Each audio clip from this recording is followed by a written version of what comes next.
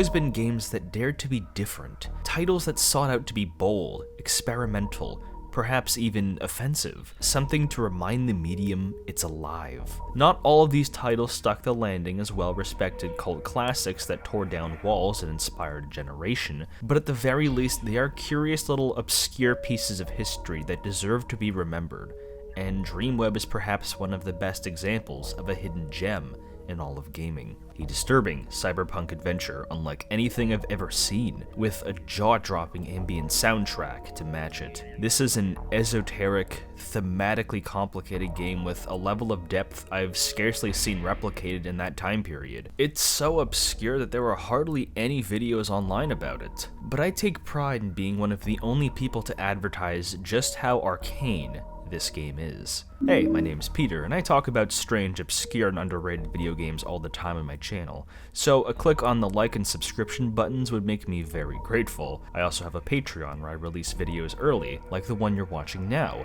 as well as house exclusive videos. Huge thank you to the Jawcoin tier supporters, who are the ones that keep this show running. Without further ado, this is Dreamweb, a game to die for.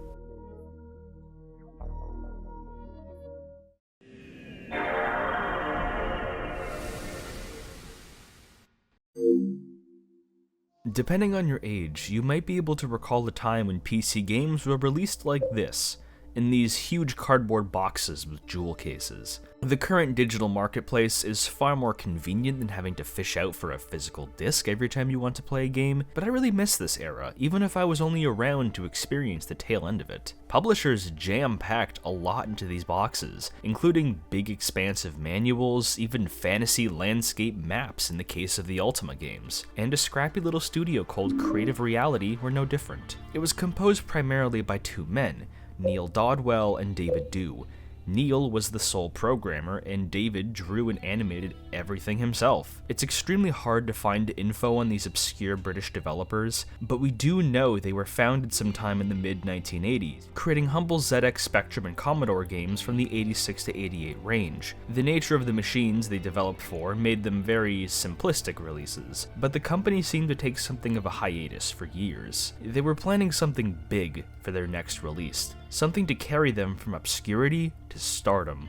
It's unknown when they started development, but what is known comes from later interviews from a sci-fi author they hired for this title, Stephen Marley, is that the pair had already completed the game, and they were looking for an author sufficiently off the wall, as Marley put it, to draft the background lore. From what I can tell, Creative Reality didn't have a studio to their names, they were just working out of their bedrooms, which essentially made them the 90s equivalent of an indie studio. Dreamweb places extreme critical importance on its physical big box release to a frightening degree, because the user's manual contains crucial information needed to progress in the game, but it also came with a short novella titled Diary of a Mad Man, written from the perspective of the game's main character. The title is a reference on a short story of nearly the same name by Russian author Nikolai Gogol, detailing a man's descent into insanity from unrequited love and mounting pressures and responsibilities in his life, an ominous forewarning of what this game may be about. The novel is absolutely essential reading because it provides an immense amount of background information and context that completely shifts the tone of certain scenes and character motivations, so I'll bring up important details as they reveal themselves. I've also created a full reading of the novella on my second channel. A game to die for was the tagline, and they would take it very seriously. The visage of an all-seeing purple eye floating around a warped dystopian city. Very dramatic. The game was released in 1994 for Amiga and DOS systems, but it got a limited re-release with CD quality music and voice acting, so that's the version I'm using. One last thing, I'm using ScumVM, which isn't an emulator, but rather a program that rewrites the executables for games to play them on modern hardware, according to their website. It's super easy, literally just double-click the game so long as you have the files, and it boots up no problem. And there is a specific reason I'm using this program instead of others like DOSBox that I'll explain later on. Oh yeah, starting off the game with a quote from the Book of Revelations, that's how you know they're serious. And I heard a great voice out of the temple saying to the seven angels, "Go your ways, and pour out the vials of the wrath of God upon the earth."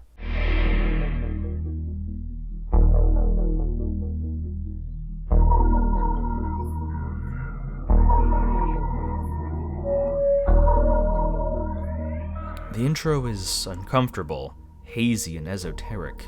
A set of 7 scarlet monks are the sworn protectors of the Dreamweb, a source of creative energy that fuels the universe at large, but there are 7 individuals messing with its power, so they call upon the Deliverer, a young man named Ryan. They contact him through his dreams, explaining all of this to him in the backdrop of a desert wasteland with crumbled buildings all around, weirdly similar to Shin Megami Tensei 4's opening. Ryan has been dubbed the Deliverer, charged with killing these 7 people connected to the Dreamweb, with our first target being a man named Crane. The 7 are becoming stronger. They've haunted my dreams. I know. They control the 7 points of the Dreamweb. Must they be destroyed? Yes. I can feel they are all close to me. Who will be the first? His name is Crane. He is the weakest of the 7. How will I find him? He is very near. Arm yourself and begin your search. Time is running short, my brother. This has all the hallmarks of a convoluted prologue full of exposition, but it cuts all the fat and gives you the bare essentials while still holding to its core mysteries, something Dreamweb will consistently prove to do throughout your playtime.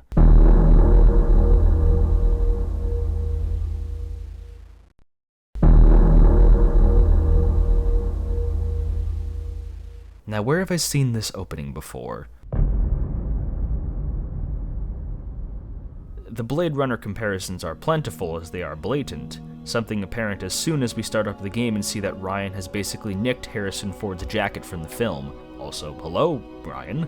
His cropped visage occupies the entire left half of the screen, like he's wordlessly monitoring our progress as we play. Some may find it creepy and obfuscating, but I found it quite charming. Clicking on his eyes gives us a description of for whatever room we're in, and clicking on his torso or anywhere else opens our inventory. A very odd but fun UI system. Dreamweb is a point-and-click game, almost entirely controlled with our mouse. We awaken our girlfriend Eden's house, hopelessly late for work. If you talk to Eden, we find out that Ryan has a history of these extremely concerning dreams, something Eden tells him to seek medical attention for. He seemed pretty complacent to carry out these orders to kill the 7 people around the city, but as he awoke, he now feels a little conflicted about the task. Diary of a Madman refers to these dreams quite a bit, which are apparently so traumatic and vexing that he refused to go into detail about them, despite purchasing the diary to collect his thoughts. This diary catalogs around a month of events prior to the start of the game,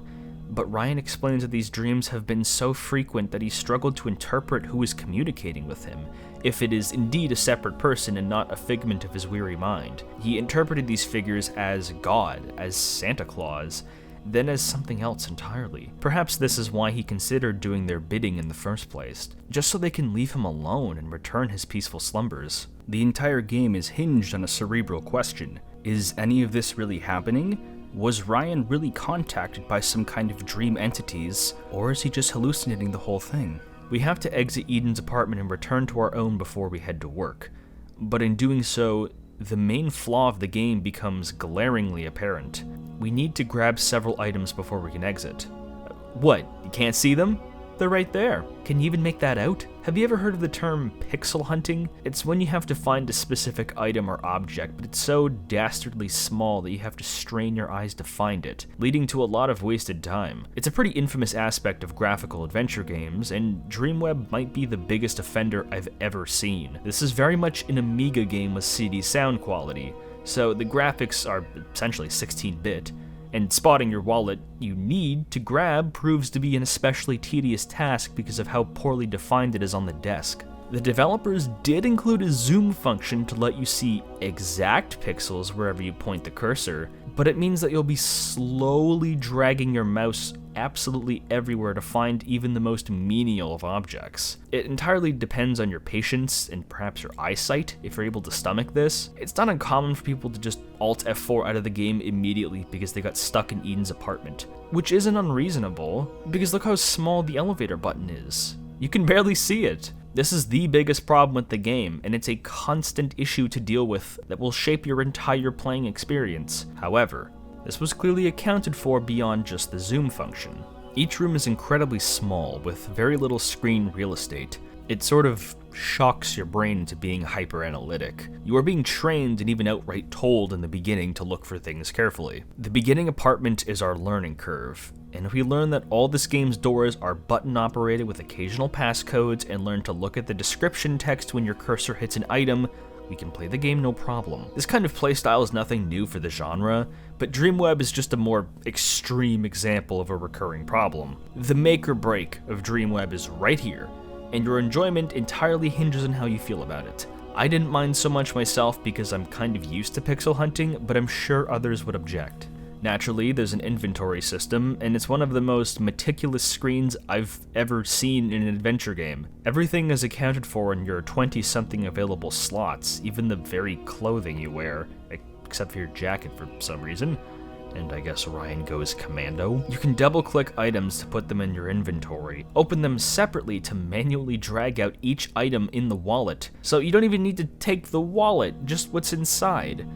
There's a pack of gum in that wallet that holds 3 individual sticks of gum, which are items that hold no importance other than some flavor text of Ryan chewing. Items are often nested within items, which I found fascinating. Most other games just give you the items you need straight up, but with Dreamweb, those items are often within other ones that feel entirely natural.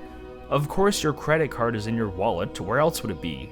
Under the couch? It is weird that the credit card and other items nested inside have to be used individually, but there's something superbly persnickety about this inventory system that makes me smile. It's a very ASD kind of inventory organization, and that's probably why I liked it so much. A shocking amount of completely useless items are obtainable, and if you're a hoarder like me, your normally deep pockets will fill up with half-eaten food and memory sticks that have zero purpose whatsoever. Some are just random kitchen objects, but others are more sentimental, like various photos of Ryan and Eden together to build up their relationship. Dropping items is dead simple, and very few items are relevant past their initial puzzle implementations, so inventory management is a constant pressure. You will be littering in damn near every location you enter to pick up new important stuff. Take these sunglasses, for example. Completely superfluous, but equipping them via double-click allows Ryan to wear them, which is a super cool attention to detail. It can definitely seem confusing to have to figure out which items are important later and which ones are for show, but pressing the use function on items will directly inform you that they're important later on. So if you pick up everything at least once, you can very easily discern what you should keep and what you shouldn't. The puzzles can sometimes be solved with multiple items as well, so there are very few instances of getting totally stuck because you didn't pick up a specific item labeled as important. But I did say few, and not none. There are maybe 2 or 3 instances of really screwing yourself over bad, like soft lock bad, but they both have to do with one specific room, funnily enough. We need the stuff inside our wallet and a key we found in Eden's microwave, the same microwave that the monks passed the blue orb through in the opening.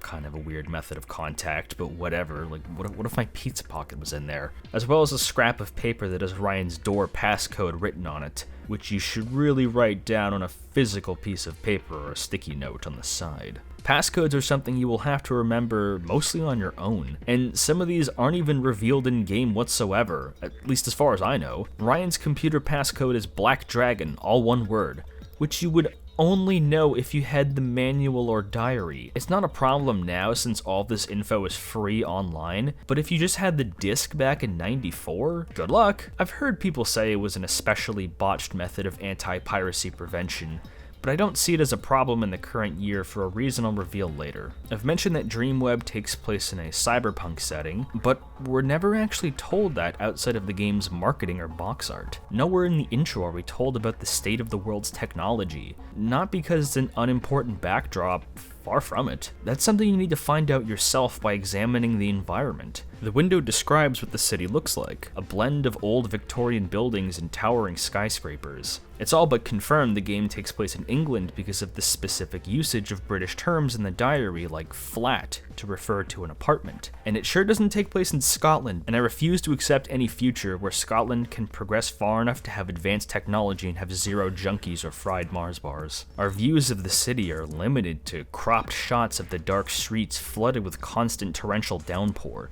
with smog said to be a constant problem. The traveling screen meant to transition you between areas offers a sun-streaked view of expansive and labyrinthian building complexes. Any color beyond the spectrum of grays and blacks the landscape is constructed from is limited to neon sides and floodlights. It's spectacularly divorced enough from Blade Runner inspiration to not come off as a total copycat, but works strikingly well within the limited abilities of an Amiga system thanks to its weirdly primitive but gorgeous art direction and scene composition for an isometric game. There aren't any panning shots of the buildings, but I totally believe that we live in this cyberpunk city without any doubt. Even the background around the screens sells it. People eat out of these grimy food trays. There are credit card processors built into the counters of every establishment like a retro-futuristic Square device, and those card scanners serve both the legitimate and the black markets, implying the banks don't care what you spend your money on, as long as they have you in eternal debt peonage. Everything is a lifeless, dull gray. Nearly everyone has these weird network access devices in their cramped apartments, complete with these memory sticks littered about, which really gives away this was a sci-fi game created in the DOS era. Eden's memory stick reveals she works for the local oligarch tech company, Ceratane, while Ryan works as a bartender in a hole-in-the-wall saloon. She lives in a converted warehouse with a broken-down car she tinkers with, and Ryan lives in a greasy apartment. Ryan constantly thinks that she's out of his league in the diary, and the game proves this by making their relationship kind of unbalanced and perplexing. At least Ryan has a wicked mullet. Once we exit Eden's apartment, we get to our travel screen.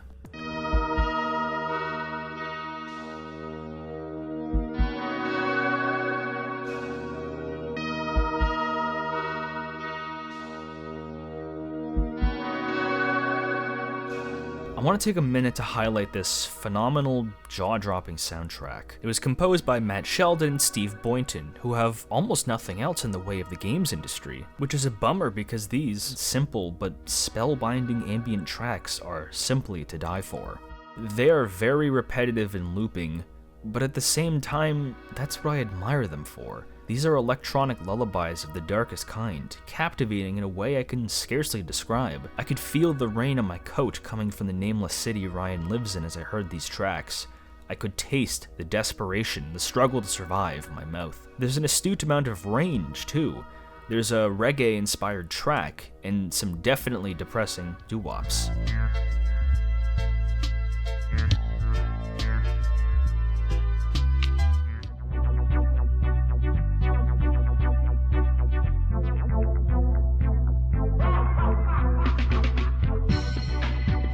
Even the Amiga version soundtrack is still pretty fantastic.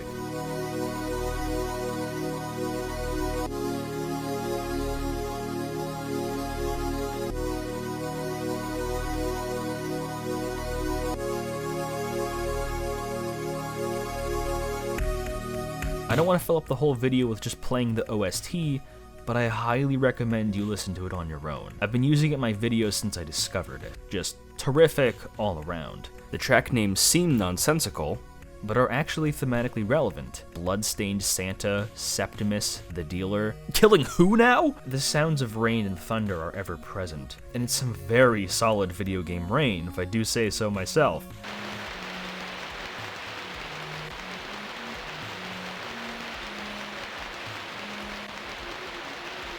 Sonically, Dreamweb is nothing short of exemplary for 1994. We get to Ryan's apartment and we have to enter our passcode, which I hope you remember, because we need to enter it almost a dozen times throughout our playthrough. Ryan is nothing short of a slob, with random bits of food and filth strewn around his apartment, unlabeled cartridges littered everywhere.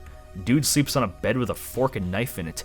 For the love of Jaw, pick up that knife, please. But the real star of the show is his computer. Remember, this game was made in the DOS era, so we have to log on and type out commands. We can list our respective functions, banking, mail, news, and whatever cartridge we have inserted inside the network device. Our only commands are list and read. List to reveal the available database, then list again with whatever you want to access subcategoried, and read to actually read them. It's considered very clunky now in the modern age, given that the average computer game player has no need to remember these individual commands anymore, but it's not very complicated, just something you have to keep in mind. I always love when games let you type things out on the keyboard to operate an in-game computer. It's so neat. The bank statement allows us to see that not only is Ryan broke, he has thousands of dollars in credit card debt, which is very relatable.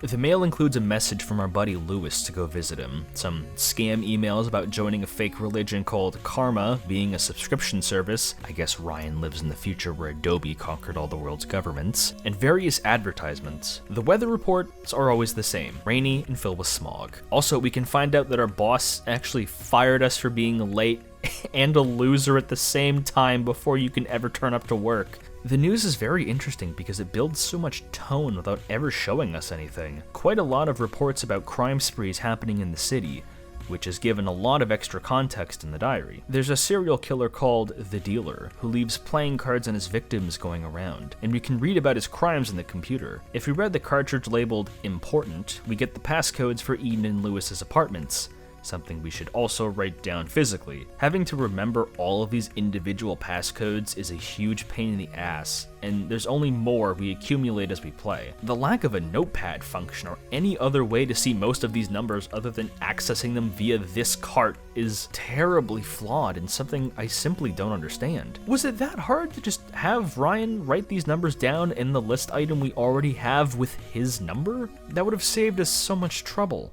I want to talk about Ryan some more. In case his dreams about being told to murder 7 people aren't enough, Ryan is a shifty guy. He lives like a slob. He works this miserable dead-end job, always broke. He just comes off as sketchy and unpredictable, even down to his voice. My girlfriend Eden lies in bed with her eyes half closed and the covers pulled tightly around her. Her dark hair spills out over the pillow. She has a slight frown on her face. He has this very soft way of speaking, like he's always nervous to talk to people, like he's always hiding something. Not today. I need a gun, and I don't know anyone who has one. Ryan was voiced by Martin T. Sherman, who went on to have a surprisingly decorated voice acting career, but he's most famously remembered as a voice for Pac-Man in Pac-Man World 3 and Thomas the Tank Engine? The signal's bad here. Some idiot teleported me into a pit. In the pouring rain outside Sparky's bar lies a totally unconscious man. He wears a brown suit that is stained and torn from months of sleeping rough. The man is surrounded by empty beer bottles. Sherman kind of sounds like all of the Sonic the Hedgehog voices put together. He brings a very reserved, mousy voice to Ryan. Soft like a butterfly, but in a disarming way. Yeah, something that's easy to use. I've never used a gun before, but I need to now. Spoken dialogue is somewhat uncommon in-game, only appearing in vocal conversations Ryan has with other people, and it almost never matches the subtitles, which I assume was because it was an inclusion later in the CD re-release? But if you have the script, why does it not match? I think Sherman does a reasonably good job for voicing Ryan, especially for an early 90s voice acting, but most other characters aren't exactly going to get awards for their performances. Do what you like. I don't care. You know, I've even got his early stuff. He spat on me at a concert once. God, it was great. I do appreciate the wide range of accents, though. There's a healthy blend of American and European here. Ryan has sort of self-mythologized about his situation, constantly doubting himself as a loser, but can recognize this within himself, and he says, "I played the cards I was dealt badly," rather than blame his life circumstances on anyone other than himself. There's an unhealthy mix of self-aggrandizing in his assumptions that the diary he writes in will be read hundreds of years from now when it was first penned, but also self-awareness that he's being dramatic and that his mental health is declining. He's scared that the people in his dreams keep telling him to kill people, and it begins to chip away at his mental fortitude. And he believes himself to be important for this reason, which is partially why he accepts his task as the deliverer to protect the Dreamweb, something he has zero knowledge about. He muses about spiders and God and the number 7, which might concern you since there are 7 monks protecting the Dreamweb and 7 people to kill. Before he was ever assigned to be the deliverer, he was still thinking about the number 7, God, spiders, and all these mystical things that are recurring elements of this game and his dreams. Think about the quote from Revelation the game opens on. Revelation 16, verse 1. It's only the first verse in one of the more complicated passages in the most complicated book in the Bible. But what is the rest of the chapter? The angels are in charge of punishing humanity with the wrath of God during the end times before Christ returns. The angels turn the rivers and springs in the ocean into blood, which kill all the animals. The first angel causes a sickness of painful sores to spread over mankind. But let's focus on angels number 4 and 7. Angel 4 pours his bowl over the sun, which caused it to scorch the earth and cause flaring temperature spikes. The 7th and final angel poured his bowl over the air and announced that the Lord's work is finished, which caused a massive earthquake, unlike anything ever seen, fracturing the entire planet and swallowing up cities and islands. Ryan and one of the 7 monks stand in crumbled, scorched ruins, undoubtedly the ruins of the city we live in. These biblical references are not lost on Ryan in his diary, which make his willingness to become the deliverer a little more understandable, if he's interpreting himself as the savior of mankind to prevent the biblical apocalypse described in Revelation. So much of this is implied and never stated, but clear as day. Additionally, recall the spiders I mentioned. The figure of Arachne is mentioned by the monks, which carries just as much significance to Ryan as Revelation does. Arachne is a figure from a Greek poem who was the daughter of a spindler who specialized in purple fabric, just like Ryan's shirt. There are multiple versions of the poem, but the most common form is that Athena was jealous of Arachne's tapestry skills, so she challenged her to create the finer tapestry. Arachne won, which caused Athena to become very mad and turned her into what we now call spiders, which is where we actually get the word arachnid from. Interpretations vary, but the idea of a mortal challenging a god is consistent throughout. Ryan always keeps an eye out for the spiders in his apartment for this reason. Remember, the game is called Dreamweb. So Revelation describes the punishments angels will carry out on the planet and man, and referencing Arachne conjures images of a mortal being biting off more than they can chew, perhaps out of hubris or sheer ignorance. The 7 monks can be our 7 angels, and Ryan may be our Arachne, someone meddling with affairs far greater than himself. The Dreamweb is some kind of energy source for the entire world that stores their thoughts and desires, so the idea that a sort of culminative monomyth embodied in this greasy bartender might almost seem reasonable, with how much attention to detail is present, even before we've played the game beyond leaving our girlfriend's house and reading emails in that classic 90s PC game way. We had a gas leak that time. The silent killer. Well, no point heading to work since we've been fired. We head to Lewis's place, which is now available on the travel screen thanks to reading our computer. But a guy with like a whip lashes us and robs us of our sneakers and just leaves like nothing happened.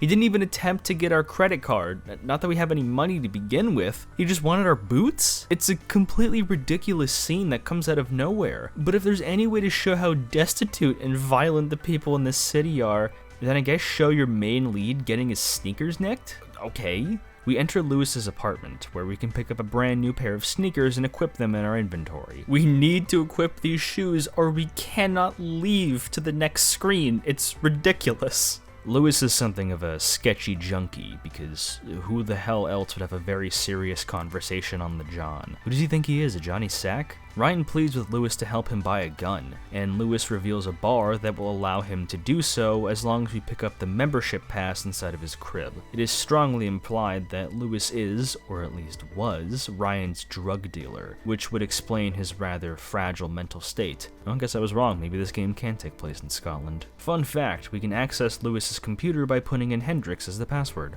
When we head to our workplace, ignore the possibly dead homeless man dressed exactly like Ryan for some reason, but don't ignore the bottles, which we can pick up. We silver-tongue our boss, Sparky, into not firing us, but instead giving us a couple weeks of unpaid time off in order to fix our sleep schedule and sort out some things in our head. What a nice guy.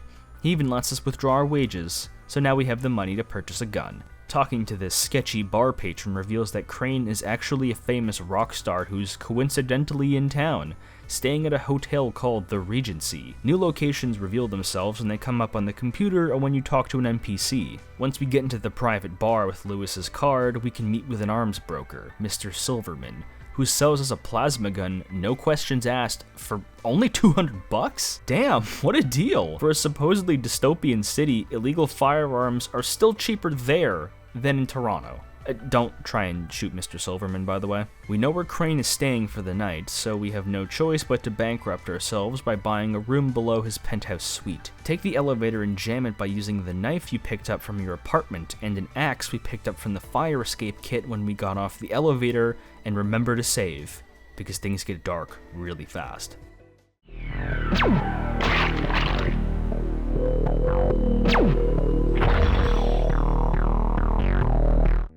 Ryan brutally and remorselessly murders two completely innocent security guards, butchering one of them with an axe and shooting the other dead. Remember, the guards don't know what our goal is or what the Dreamweb is. We don't even know if Crane knows. So from their brief perspective, a madman just broke in and slaughtered them for no reason. There's no attempt to glamorize or depict this as anything other than cold-blooded murder. It's stark, genuinely jarring. Ryan has absolutely no hesitation. He is serious about killing these people. His goal never really felt real until this moment. It never fully sank in just how determined he was. But there's no going back.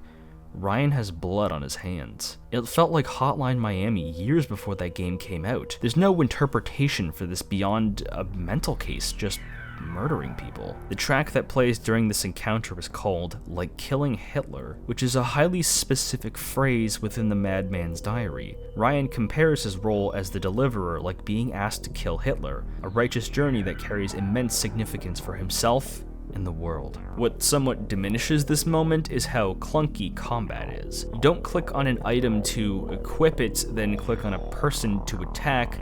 Combat is more puzzle-like. You have to use the item in your inventory and the attack will play out automatically. You have to hit the first guy with the axe, then shoot the second guy, in that order, otherwise you will die. It's really unintuitive, but this moment here is the most confusing example of the limited combat. Every other encounter is far simpler. Combat is also limited in the sense there are very few moments you actually do it. Trying to free kill, so to speak, either has Ryan mentally chastise himself or get shot by someone else. What actually happens when you die?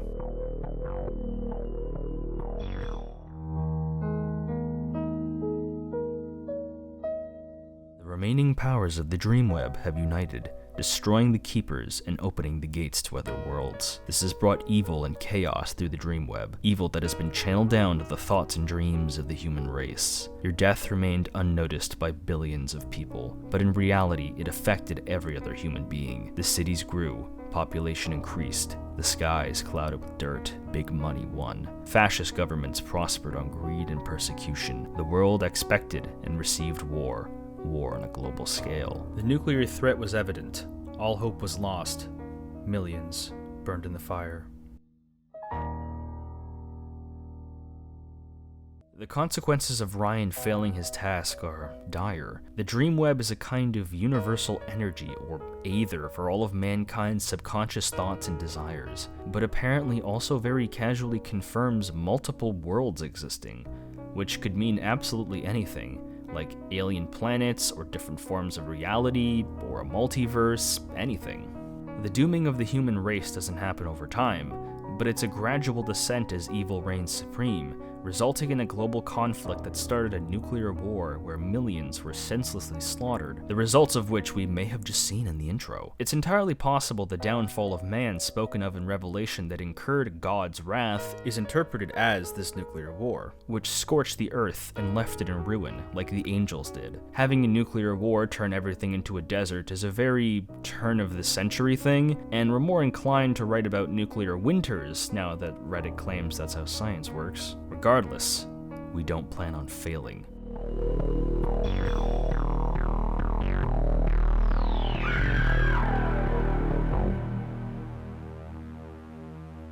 We confront a currently in coitus Crane, which is a very interesting way to frame the scene. This actually caused quite a bit of controversy at the time, because underneath the censorship, you can see Crane's crane, a totally unnecessary view of a penis. The copy I have is the censored version, but some versions in Europe chose to leave his pixelated penis intact. The Australian government hates fun, so Dreamweb was actually one of the very first video games ever banned there because of Crane's sex scene and the overall violence. The character animations are impressively smooth, so seeing this woman transition from backpedaling while holding her hands up to crawling under the bed to plead and hide from Ryan's stony face and loaded weapon is a monstrous sight. The fear and the body language of those being held at gunpoint and the mess you make are the focal point, not the actual violence being inflicted.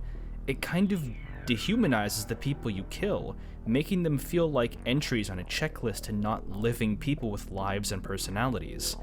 Just as Crane is listed as number 1 on Ryan's hit list. Ryan is fully committed to listening to these dream people, who may not even be real. Crane knows who we are and who the Keepers are, but we simply need to make our nightmares end. A piece of the Dreamweb bursts from Crane as we paint the wall with his brains, and it sucks us into the Keepers of the Dreamwell's citadel, which is a formula that happens with every other member of the 7 we kill. The head monk tells us our path is set in stone, says we must hunt down Sterling next, the commander of the largest army on Earth, another figure in great social power. You have to use that weird key we grabbed in the microwave and find one of these doors to open, which is way more of a pain in the ass than it needs to be because all the doors are scattered around, and trying to find which door is our way out is complete trial and error. Also, if you didn't pick up that key in Eden's apartment, you're soft-locked. The game did say you're forgetting something when you take her elevator, but it lets you play the entire game up until you need the key. Oops, probably should have programmed it a bit differently. I just noticed this while editing, but that key is actually called the Key of the Ancestors. And if the Dreamweb contains like all the memories of humankind in there, then I guess the Key of the Ancients, the Ancestors, is like some kind of ancestral memory super key? I don't know, man. It's so dense. There's so much stuff going on in this game that's just like a throwaway comment. We stir in an alleyway. We hastily make our way back to our apartment and read the news on our computer to find the latest article detailing the murder of Crane by an unknown gunman. Us. Cyberpunk future, and apparently we weren't caught on any cameras. Good on you, Ryan. The news section on our and other people's computers actually updates throughout the game the more we play and the more we kill, which is an excellent bit of world building. It really illustrates how much of a living, breathing city this is, even down to being the victim of a random crime that carries zero narrative importance. Reading our computer lets us know that Sterling is in town and is set to appear on a TV program discussing ongoing conflicts in the Middle East, so our job just got a lot easier. Predictably, the TV station he's at doesn't allow anyone inside and through the front door, which is protected by an armed guard. The back entrance has a kind old police officer who gently informs us that we aren't allowed in till tomorrow, and the only way around him is to shoot him in the face.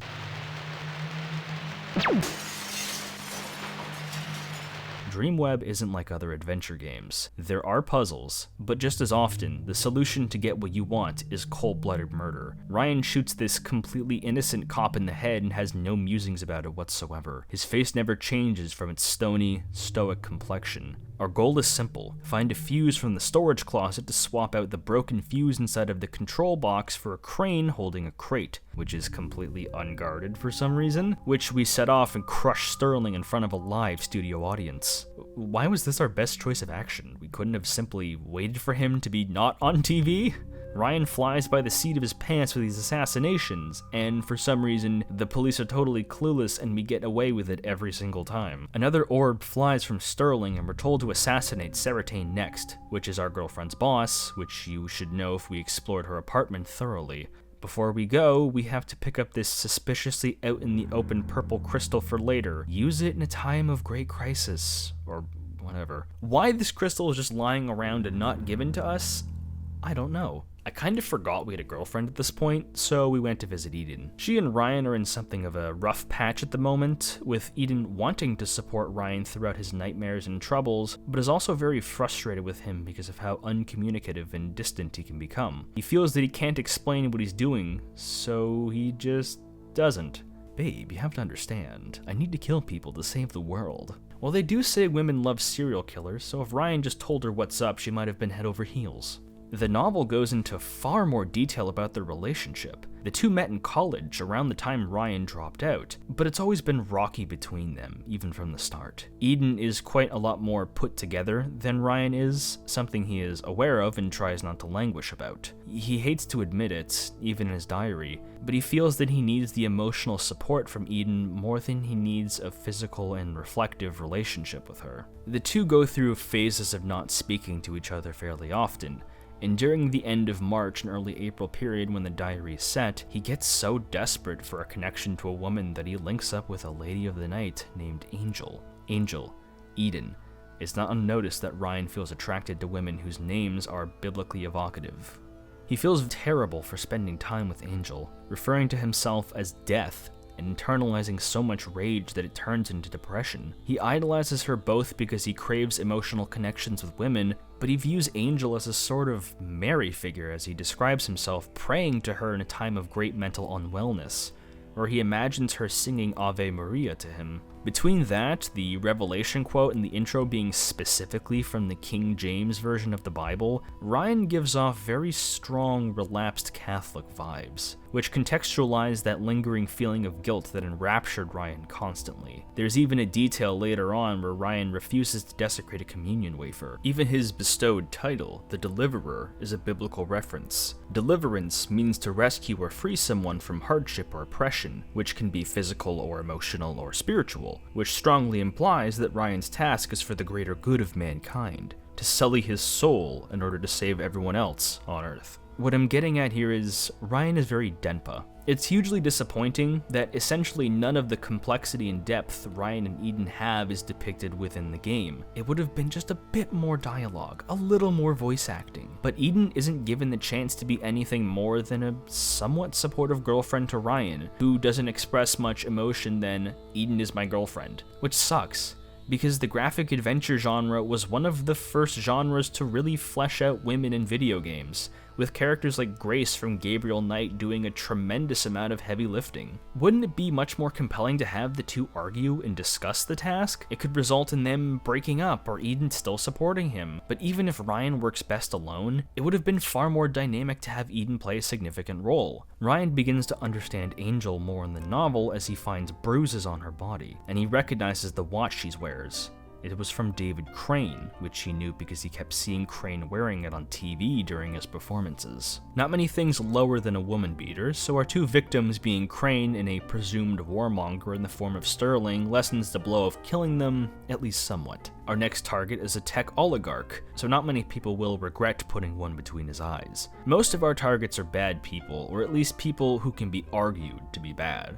So it becomes a bit more reasonable as to why Ryan sort of mythologizes this task, even if he still needs to butcher the innocents to do so. We need to read the cartridge in Eden's room about Seratane, which tells us the door code we need to enter the building. Inside said building is another locked door.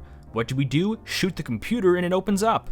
Ask questions never, shoot everything with plasma always. Safety always off. That door you just opened has two guards who will open fire on you as soon as you enter the hallway, but the gun won't save us since we're outnumbered. What you actually need to do is click on that crystal, which makes Ryan catch the plasma bursts, I think, and then fire them back, which causes one guard to flee and another to get completely obliterated. The gore in this game is honestly very shocking for the 90s. People get viciously dismembered. Limbs are ruthlessly blown off and twitching. It's savagely and shamelessly violent. I love it. How we determined this is the moment we need to use the crystal is beyond me. Also, I'm pretty sure if you don't pick up the crystal either the first or second time you're in the Dreamweb, you have been soft-locked again, which means you need to restart to an earlier save you made, or just boot up the whole game, bruh. So note to self, pick up everything at least once. We get a sneak peek at Seratane fleeing from us, but he dropped his briefcase, which details something called Project 7, which was responsible for monitoring every single member Ryan is required to kill, confirming that these 7 are all aware of the web's existence and its power. The remaining members are Mr. Seratane, a priest named Father O'Rourke, Juliet Chapel, Diane Underwood, and Dr. Beckett, and there are individual plans for each member. Underwood has been relocated to a beach house with a self-defense system set up, and we can find the exact coordinates in the document. O'Rourke is being detained in the abandoned church of St. Septimus, but he is apparently showing signs of mutation and transition, whatever that means. The scientist hired by Sarah concludes that Chapel is a liability for some unspecified mental reason, so they planted a bomb in her house and are prepared to kill her. Finally, they are totally unable to locate Beckett, which is bad because he's apparently the strongest of them all. How all of these characters met is kind of ambiguous. Perhaps they felt some kind of connection via their powers in the Dreamweb, but what does it even mean to be a member of the Seven? Look at all of the figures so far. A rock star, a military general, a tech oligarch, all people who are hugely influential and socially powerful. I can see a priest and maybe a doctor being similar figures, but Underwood is just some kind of unspecified government employee, and Chapel's exact role is just unknown. This game was made way before social media, but one could assume a psychopath influencer would be the one with the Dreamweb here. The Dreamweb is the consciousness of all mankind, so these people and their influence on the greater human population, all conveniently located in the city for some reason, influences people to commit terrible acts, which would explain the ending of the game a little bit. It's a very complicated and grandiose idea that I think a lot of people implicitly understand, but I can't help but feel like there were some pages missing from the script, just some details that could have been ironed out. It's all very general and non-specific. I do have to ask, if the members can just kill each other, surely the keepers could mess with them or contact them? Why they chose Ryan is kind of a mystery, but it is very odd they don't seem to try and find another method other than contact this crazy guy to be our hitman. We have the addresses of Underwood and Chapel, but we still need to deal with Sarah. Simply shoot his helicopter, which explodes from one single shot, and onto our next target. We wake up and try and locate Chapel, but the bomb has already gone off and killed her. We dabble with some real moon logic here. Make sure to grab the bolt cutters, and we have to use the wall to climb it in order to gain access to her house. Inside, we can snag a barely working cartridge. Since we didn't kill her, there's no Dreamweb teleportation, so it's off to Underwood's home. We need to climb over the deck, but the self-defense system will kill us if we do so. What we need to do is grab this loose railing over here to open the controls, then use a glass bottle from Sparky's to fill it with ocean water to pour it on the control panel. How the hell were you supposed to get that? The railing looks totally normal and not like an obtainable object, and we're supposed to just have a bottle on us for the moment, or at least go back to Sparky's? There's no hints or Ryan comments like, if only I had something to hold this in, that I know of. Just classic adventure game nonsense puzzles that I swear are designed to artificially extend the length of this game. How does the pipe open this but not anything else we pick up? Really? Disabling the self-defense system causes a massive explosion that leaves Underwood with a little bit of a boo-boo, putting it lightly. Underwood, miraculously, is still able to speak, and she begs Ryan for death, with Ryan obliging. We're told O'Rourke is reaching entropy and is apparently transcending the boundaries of Earth, whatever that means. Before we went to the church, I tried to visit Eden one last time, but she apparently vanished into thin air. I couldn't find her at all. I don't know if she's in a location I just couldn't find, or if the game is just programmed to have her MIA. Maybe she finally got sick of Ryan's nonsense? I seriously couldn't find her. Where did she go? This is the point where the game takes an unfortunate and steady nosedive in terms of quality. We have to find out where the church is, which is stupid because Ryan has been there several times in the diary. There was this whole subplot where he was trying to find the serial killer going around. Eden even thought Ryan was the dealer because of his blackouts. They had this whole cat and mouse chase. But no, we must find its location. Again, plug in the blue cart we obtained earlier, and we are instructed to log in as Beckett. And the password? You have not seen. A leap in logic. More baffling, more preposterous, more outrageous than this. You're looking for the priest, so the password is Septimus, with sept in all caps, because we need to visit that church. Like, what?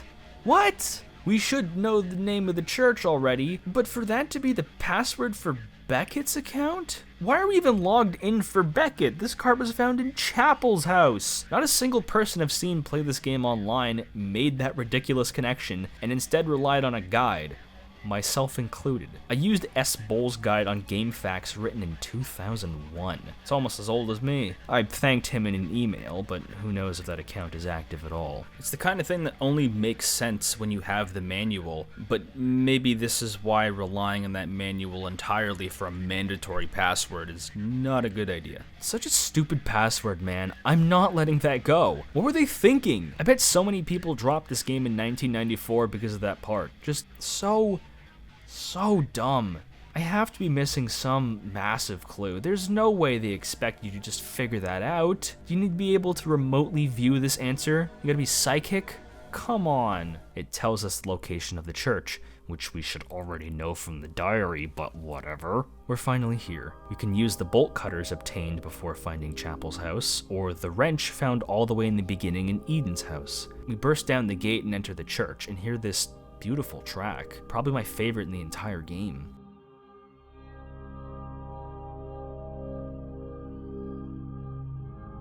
We blaze through some very easy puzzles and enter the catacombs of the church, the official no going back point of the game. We have to align the statue with the correct sign, but here's the kicker. It's a random every single save file. Do we get a clue? Of course not. Remember the joke I made about intentionally obtuse puzzles designed to stop people from beating the game too fast? I'm not joking this time around. It's dead simple, just work out each combo by keeping the bottom piece the same and testing each top piece, then move the bottom piece by 1, and then you'll solve it in like 5 minutes. But wow, is it unintuitive and terribly flawed and like a total waste of time. That still isn't the end of the unreasonably droll puzzles. Scattered all throughout the church are stones that you can barely tell are objects that you can pick up, and they all have to be gathered into this cart to make it heavy enough to break through this gate here. No thought process behind filling up your pockets and making you throw out everything else for rocks. The absolute state of Ryan's jacket right now, just full of nothing but stones. Like seriously, boulder hunting is the last puzzle we got? No! Let's find this priest and... Okay, maybe let's not find the priest. This was the entropy the creepers described, and it seems like O'Rourke has shed his flesh entirely through the grotesque cocoon and escaped through this hole in the ground?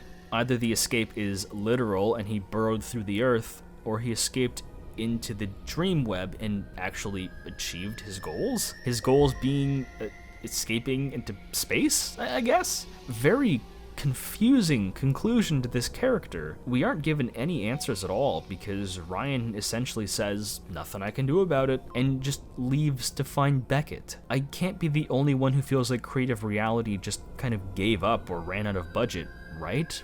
What do they mean by this? Compare taking out Crane to taking out O'Rourke, or not taking out O'Rourke to be exact. Even nixing the introduction, there's a whole plan to find out Crane's location and specific steps to take out his protection. It makes Ryan feels like a smooth operator, but with each target, the task becomes easier to the point of feeling incomplete and rushed. Chapel is already dead, and killing Underwood feels like a happy coincidence because she just happened to stand near the device that exploded and killed her. I hate to say it, but there's a steady decline in quality from start to end.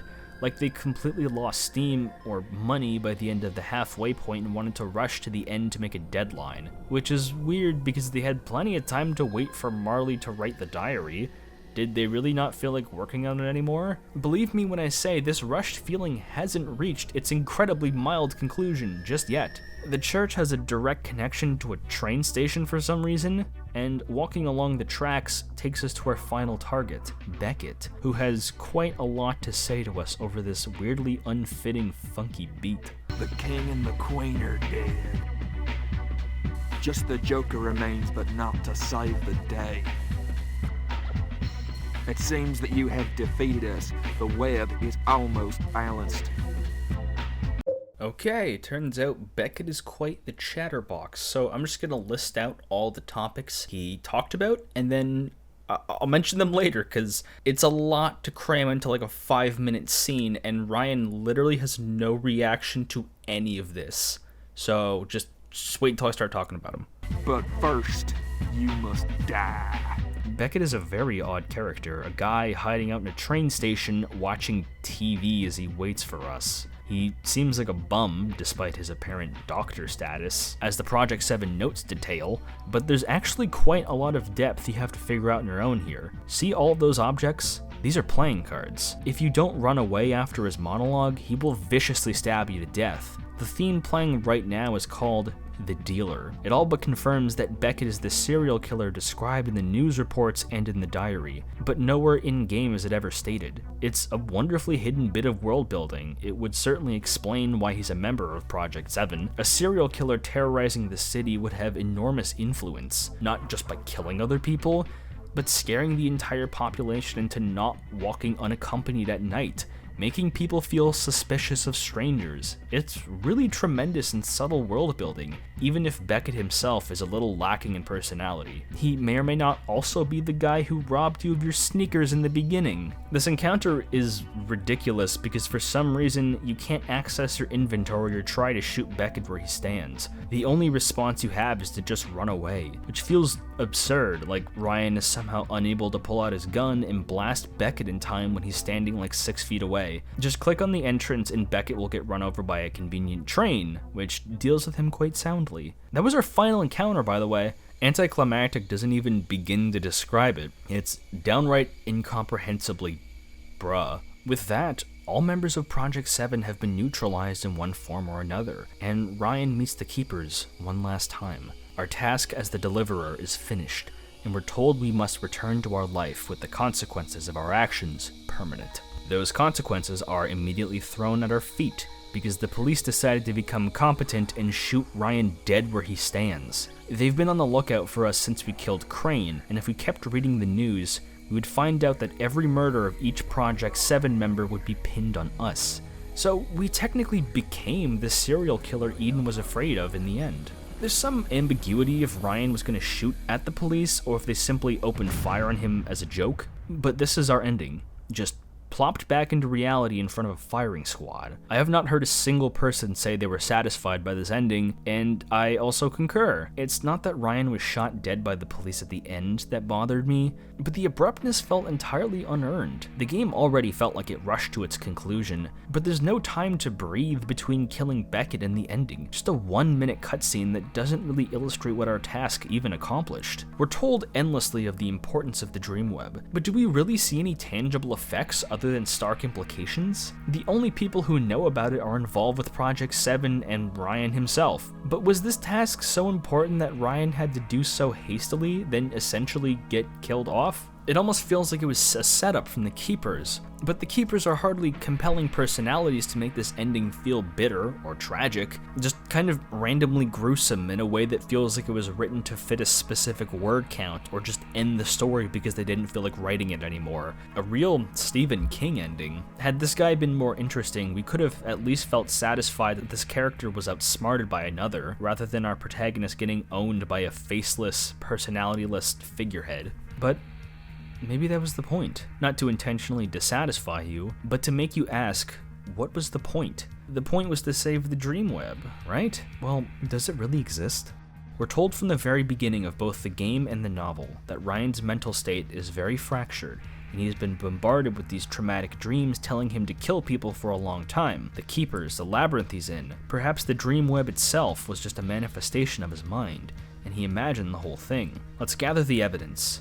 Ryan has a history of abusing alcohol and drugs, adding to his warped perception of reality. He suffers frequent blackouts that leave him unsure of what he was doing leading up to when he collapsed, and we see this multiple times as he's teleported from the Dreamweb to locations like beaches and alleys across the city, which often imply he's been there for a while, which means all of the Dreamweb encounters could have just been hallucinated. When he kills General Sterling, no one seems to comment on the blue sphere that flies from his body in the later news reports, despite it happening on live TV.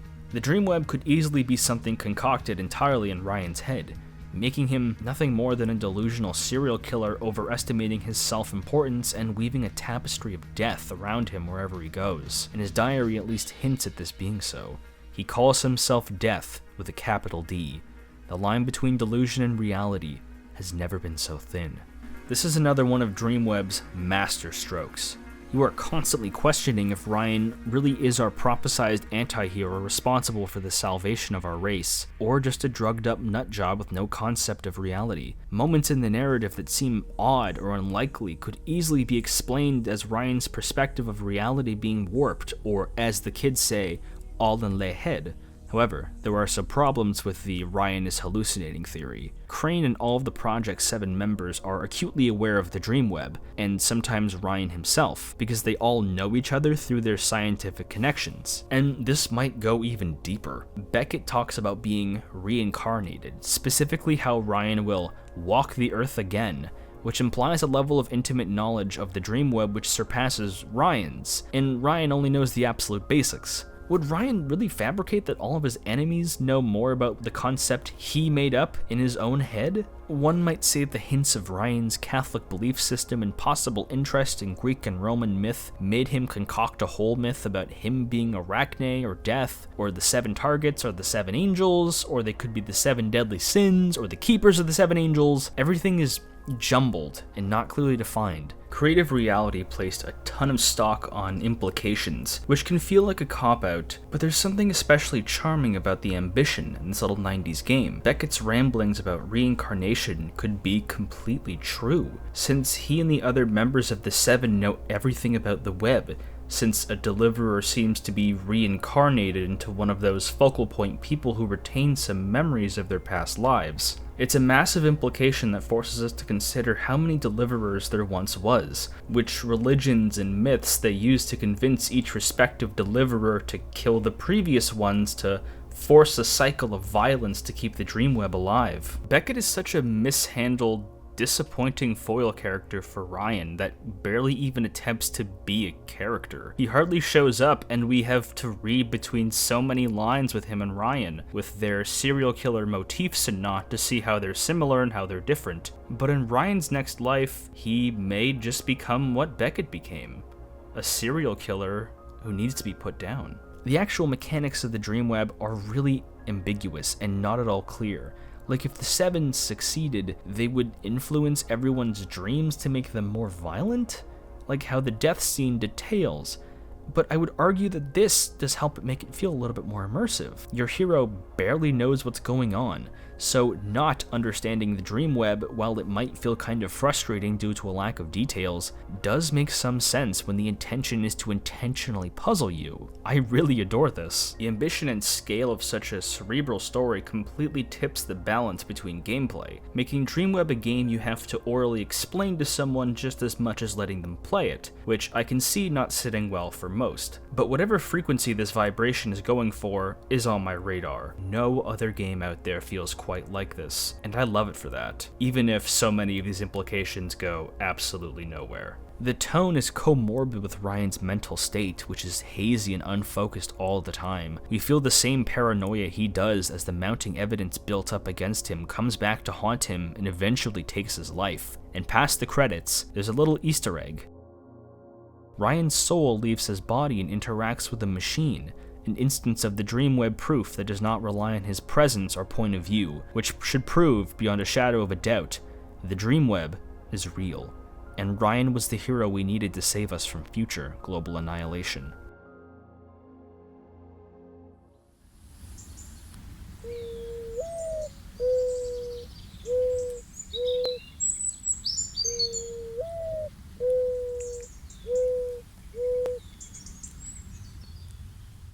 Dreamweb is a game that's difficult to explain, despite its short length. The story is weird. Mentally disturbed man is contacted by these monks to kill people to save the world, but it all might be in his head, but it also takes place in a science fiction dystopian city, and it's a point-and-click game where most of the puzzles are solved by murdering people. The inventory system is unlike anything I've ever seen. All at once, it is meticulous and abstract, stunningly detailed, but tedious. There are moments where the puzzles can be solved in multiple ways that all feel natural and don't require too many leaps in logic, while others are hyper-specific and feel like a huge waste of time, with some even soft-locking you. There are so many little things it nails, totally unnecessary details that stick the landing, so much to explore despite how obviously limited this game is technically, but also just so many nuggets of just awful design. I don't think I've ever seen a game so balanced between this kind of raw aura kino, but also just awful game design at the same time. It's perplexing. Combat is clunky and unintuitive, but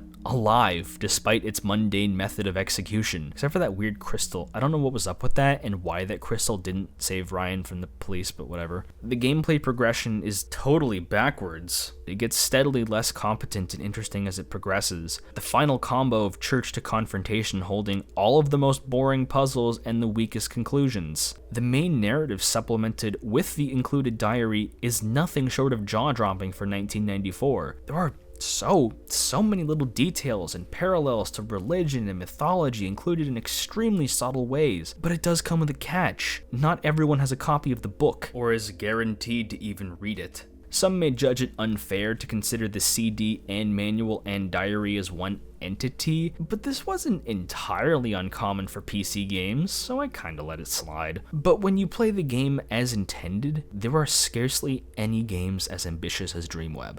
Dreamweb is a very short game, which makes its downward trajectory even stranger. I was taking my time and playing very slowly, and I still clocked in just a few minutes below a 3-hour playthrough. So the average guy will take around 2 hours or so just casually playing it, which is pretty short, even for a PC adventure game for the time. Tunefully, Dreamweb is an anomaly. It's not that computer games weren't capable of making similarly atmospheric tracks, it's that Dreamweb stood head and shoulders above them. Someone in the comments section for Dreamweb's OST called this a Marmite game to say people either loved it or hated it, which is a term so good I am stealing it in its entirety. Reviews were completely split down the middle of 8 to 9 out of 10s, all the way down to 1-2 out of 5 stars, but it was extremely skewed by region. American fans really disliked the game, citing two-dimensional characters and often nonsensical puzzles, while Europeans seemed to adore the game at the time, completely enraptured by its atmosphere and storytelling. These two differing opinions settled the game somewhere in the middle at around 50%. But what do I think of it at the end of the day? I am decidedly more European on this matter. While I think the game's biggest flaws, such as the pixel hunting, how it kind of falls apart at the end, some weird story inconsistencies, and the jank inventory management are indeed obnoxious, all of its positives totally overtake it for me. The action, the ambience, the cerebral storytelling. Dreamweb is a unique experience that I have almost never, ever seen replicated by any point and click. Ryan is such a fascinating main character. That mental illness shtick in 1994 was so damn interesting. He's like the weird, imperfect blend of that kind of dorkishness of Mike Dawson from Darkseid, but also that kind of paranoid violence and badassery of the Postal Dude. Very, very cool main character. It is one of the most transcendent, vibe-based experiences a game could provide. Just unmatched in its uniqueness. I wouldn't say this cracks my personal top 10s, but it's rapidly becoming one of my favorite PC games ever, flaws and all. You'd think Dreamweb would be remembered as at least a curious, ambitious piece of history, if not an outright cult classic. But no, this game is obscure, even amongst PC obscure game enthusiasts like myself. But why is that? Without question, the game was overshadowed by another release from the same year called Beneath a Steel Sky, which I'll shorten to just Sky. Sky came out in the same year by a much more renowned studio, Revolution Software, who had a big hit in the form of 1992's Lure of the Temptress, and Sky shared quite a few similarities with Dreamweb. Both of them were cyberpunk dystopia point-and-click games, but Sky just had far more marketing comparatively, and Revolution would go on to make the Broken Sword series, which helped keep its games alive in people's minds. In 1997, there was also just a straight-up Blade Runner video game made by Westwood Studios. So there's another title that buried Dreamweb. I have no idea how many copies of Dreamweb were purchased or sold, but such a divisive game stood no chance against Sky and Blade Runner, which became instant classics in the graphical adventure genre. Creative Reality took another hiatus after Dreamweb, and began slowly working on a survival horror fiction game called Martian Gothic Unification, which would bring back Marley as the primary writer. This game is actually quite interesting. It's a classic PlayStation survival horror situation, fixed camera angles, tank controls, funny voice acting. Were you aware that The Walking Dead are rambling about this place?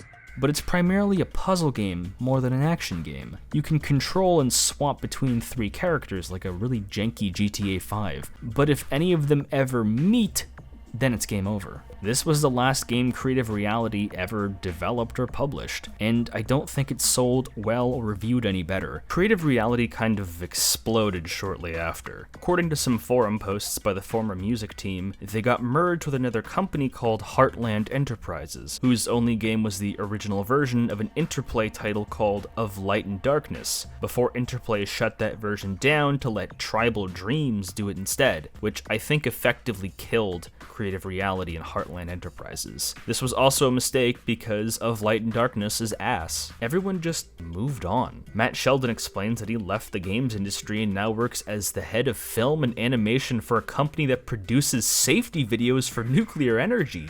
Damn. Neil Dodwell seems to work for Red Kite Games, a support studio that has frequently collaborated with Rockstar Games. David Dew, I believe, is a freelance animator who was one of the lead animators for LA Noire, which is high praise. Even after their time in the sun in the mid-90s to the year 2000 when Martian Gothic came out, the members of Creative Reality went on to have prosperous and lead-fulfilling careers, which is always nice to see. It's a shame because between Dreamweb and Martian Gothic, Creative Reality seemed like a very original and ambitious studio creating very unique games that weren't everyone's cup of tea, but deserve to be remembered. I hold them in similar regard as Warp, because despite their titles like D and Enemy Zero being somewhat divisive amongst consumers, they are still fondly remembered for being original and taking risks. Creative Reality seems to be around in some limited capacity, or at least they were a decade ago, because in 2012, Neil Dodwell contacted Scum VM's team and cooperated with them to release Dreamweb as freeware. Seriously, all you need to do is go to the Scum VM site and download whatever CD version you'd like. This is how I found out about the game. It's efforts like these that not only preserve games, but keep them relevant. I mean, it was going to end up as abandonware anyways, but nice to see the original developers still care about their games, after almost 20 years after release. Wherever you look, people are bound to litter the comment section talking about how cool of a game this was in '94, even if it was so flawed. The longtime critics of Dreamweb have since become part of said web, but its fans remain astute and loyal to this day. There's a whole ecosystem of these technically bad PC games that excel in raw atmosphere and swag. There are a lot of them. Darkseed, Phantasmagoria 2, Harvester, Zetas, the list goes on. I've already spoken about a lot of these games, but more videos of this nature are definitely coming, because it's a genre of games I'm very passionate about. And now it's time to say goodbye. I hope this video succeeded in entertaining you, and I hope you consider visiting this channel in the future. I would be delighted to see you again, but until then, have a lovely rest of your day.